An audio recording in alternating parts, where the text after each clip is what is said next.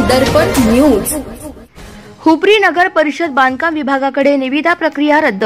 हुपरी नगर परिषदने घनकचरा व्यवस्थापन आणि बांधकाम विभागाकडील दिनांक 1 ऑगस्ट ते 16 ऑगस्ट पर्यंत एकूण अंदाजे रक्कम 4 कोटी रुपयांच्या प्रसिद्ध केलेल्या निविदे प्रक्रियेमध्ये बेकायदेशीर अटी घालून मनमानी पद्धतीने आपल्या मर्जीतील ठेकेदाराला काम मिळावे यासाठी मॅनेज टेंडर प्रक्रिया राबवण्यात आलेली आहे।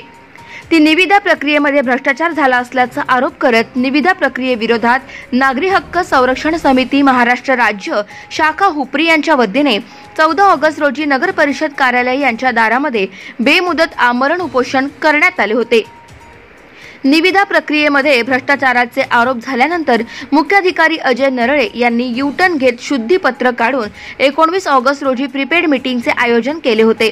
तसेच टेंडर भरण्यासाठी 26 ऑगस्ट पर्यंत मुदतवाढही देण्यात आलेली आहे।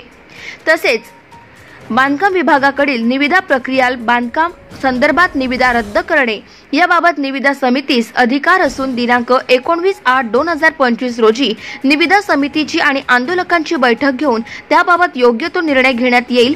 तत्पर्यंत बांधकाम विभागाकडील निविदा प्रक्रिया स्थगित करण्यात आली होती। त्या अनुषंगाने आज दिनांक 19/8/2025 रोजी ठीक 3 वाजता घनकचरा टेंडर प्रक्रियेतील जाचक अटीबाबत प्रीपेड मीटिंगचे आज आयोजन केले होते। या प्रीपेड मीटिंग मध्ये 5 ठेकेदारांनी सहभाग घेतला होता आणि काही ठेकेदारांनी लेखी हरकती नोंदवल्या आहे। त्या हरकतीची दखल घेऊन शासन निर्णयाप्रमाणे जाचक अटी शिथिल करून पुढील निर्णय शुद्धीपत्रकाद्वारे जाहीर करण्यात येईल। तसेच बांधकाम विभागातील 1,95,00,000 रुपयांची निविदा प्रक्रिया रद्द करून त्यातील जाचक अटी काढून फेर निविदा काढण्याचे मुख्याधिकारी यांनी जाहीर केले आहे।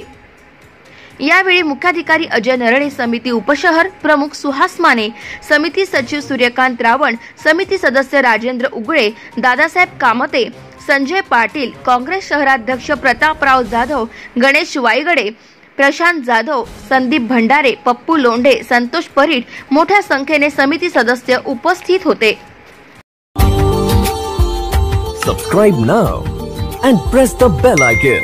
Never miss an update.